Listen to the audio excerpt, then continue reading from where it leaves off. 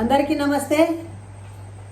చాలామంది క్రైస్తవ సోదరులు ఏమంటుంటారంటే మా యేసు ప్రభువుని, మా దేవుని, మా పాస్టర్లని ఈ హిందూ సోదరులు హింసిస్తున్నారు, అపహసిస్తున్నారు అని అంటున్నారు. దయచేసి ఒక మాట గమనించాలి. హిందూ సోదరులు ఎవరు కూడా క్రైస్తవ సోదరులని దోషించినట్లు కానీ హింసించినట్లు కానీ మనకు ఉండకూడదు. ఎందుకంటే మన దేవుడు, మన శివుడు వారికి అన్నం పెడుతున్నాడు. అన్నపూర్ణాదేవి వాళ్ళకి అన్నం పెడుతున్నాడు కాబట్టి మనం వాళ్ళని దోషించరాదు.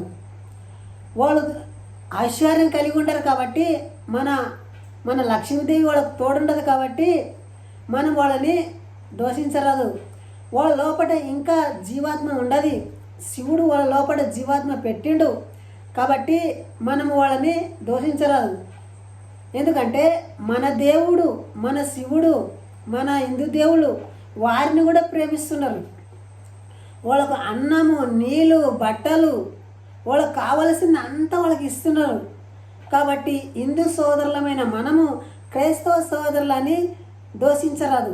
ఎందుకంటే ఒకవేళ పాస్టర్లు మన దేవుళ్ళ పేరుకు వచ్చి మన దేవుళ్ళని కించపడడం కానీ అపహసించడం కానీ వింటే మనం రియాక్ట్ అవుతాం అంతే తప్ప క్రైస్తవుల పట్ల ఎట్లాంటి అసూయ కానీ మనకు లేదు.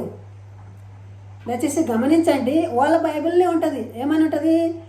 మీరు స్వాధీనపరుచుకొని పోయే దేశంలోకి మీరు వెళ్ళినప్పుడు వాళ్ళ విగ్రహాలని మీరు పలగొట్టలే, వాళ్ళ బలిపీఠములని పలగొట్టలే. అంతేకాకుండా ఇది నేను చెప్పిన మాట ఏడుంటుందంటే ద్వితీయోపదేశకాండం 7వ అధ్యాయం 5వ వచనంలో ఉంటుంది.